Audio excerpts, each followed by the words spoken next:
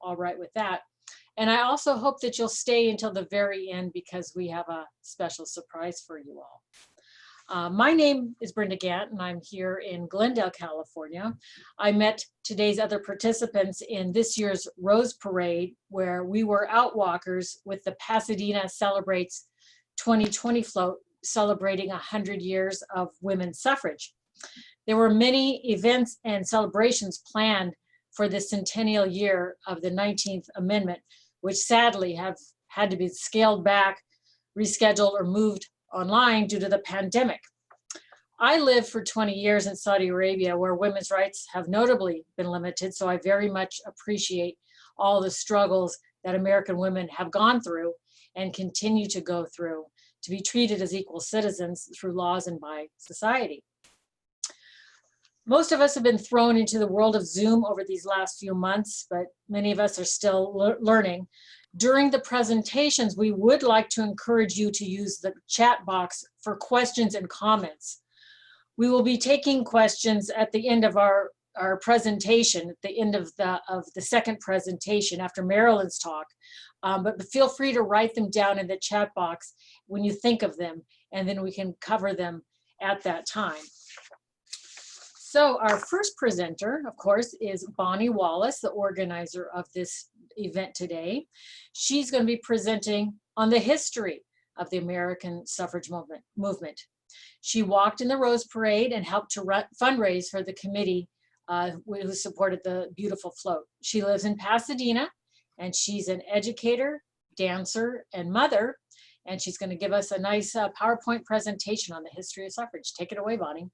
Okay, thank you very much. I'm going to share my screen, and thank you all for joining. And I'm going to go right into it, but I want to make this a bigger screen. So here we are. I'm jumping right in. Can you see me? Yes. Okay. The women's right to vote was an issue since the dawn of this country. There is a famous letter Abigail Adams sent to John Adams when he was at the Continental Congress in 1776, imploring him to remember the ladies and be more generous and favorable than your ancestors. We are determined to foment a rebellion and will not hold ourselves bound by any laws in which we have no voice or representation. And while the US Constitution is one of the greatest documents in governance history, it did not heed her words. Nevertheless, the US Constitution set this country apart by establishing laws and a structure, and although not perfect, this structure strives to ensure all men and women are equal under the law.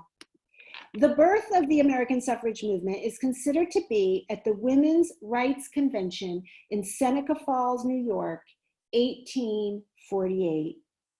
It was advertised as a convention to discuss the social, civil, and religious conditions and rights of women. 300 women and men attended the two-day conference, including the notables Elizabeth Cady Stanton, Lucretia Mott, and Frederick Douglass. Elizabeth Stanton organized and wrote much of the material that went into the conference, but it was Douglass who spoke so eloquently in favor of women voting that his words brought forth a resounding resolution to support suffrage once and for all. He espoused that the world would be a better place if women were allowed to participate in the oversight of laws and governing. He is quoted as saying, "In this denial of the right to participate in government, not merely does the degradation of women and the perpetuation of a great injustice happen, but you maim and repudiate one half of the moral and intellectual power of government."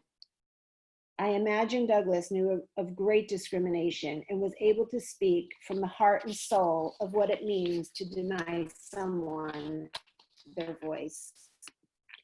At the end of the conference, 68 women and 32 men signed what Stanton wrote as the Declaration of Sentiments. It clearly outlined the ways that women were not treated equally and declared that women be given the same rights as men. Douglass called the Declaration of Sentiments the grand movement for attaining the civil, social, political, and religious rights of women. This conference started a movement that would take the country by storm. But it would take another 72 years before the dreams of these suffragists would become true.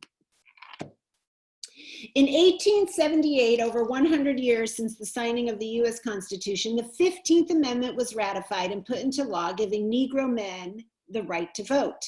The 15th Amendment reads, "The right of citizens of the United States to vote shall not be denied or abridged by the United States or by any state on account of race, color, or previous condition of servitude."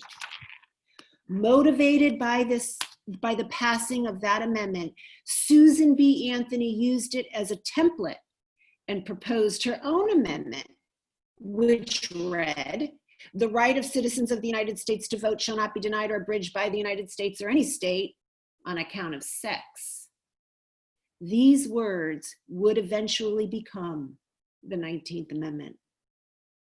In January 1878, a California senator by the name of Aaron A. Sargent, whose wife Ellen Clark Sargent, a friend of Susan B. Anthony and a voting rights advocate herself, introduced the bill allowing women the right to vote as written by Anthony.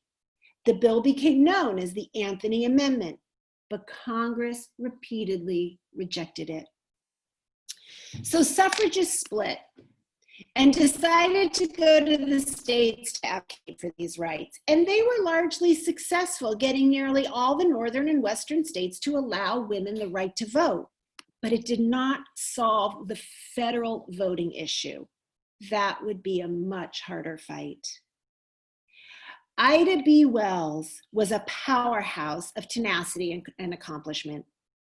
After leaving Memphis, Tennessee, due to threats on her life, she moved to Chicago and founded the first Black women's suffrage organization called Alpha Suffrage Club. In 1913, Wells traveled to Washington, D.C. to march in the women's suffrage procession. When they arrived, she was told she would need to march in the back of the parade with the other Black delegates. Wells said she would not march at all if she could not join the group from Illinois. While her delegation did end up marching in the back of the parade with the other Black groups like the Delta Sigma Theta sisters, Wells herself stood on the sidelines as a spectator until the Illinois delegation of white women walked past, at which point she joined them in the parade. A reporter happened to be standing at the spot when Wells stepped out of the crowd and into the procession.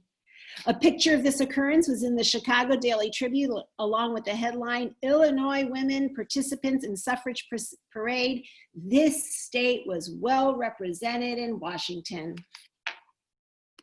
One famous but unsung suffragist, Inez Milholland, became the face and voice of the movement from 1913 to 1916. Riding on a white horse, wearing a crown and cape during the women's suffrage procession in DC, where over 8,000 women marched, she became a national icon for the suffrage movement. As a lawyer in New York, she was well-educated, well-spoken, and had a striking public presence. In 1916, she went west to ask women who could vote to use their power to bring suffrage to the rest of the country. That grueling trip of traveling to 9 Western states, giving 50 speeches in 30 days, proved to be too much. While in Los Angeles, standing at the podium in front of 1,500 people, she gasped her last sentence, "Mr. President, how long must women wait for liberty?" and fell to the floor. She died 2 weeks later at age 30. Her death ignited more inspiration and emotional impetus for the cause. With continual marches, petitions, press events, and picketing, the movement took another dark turn in 1917. World War I was raging, and a determined group of ladies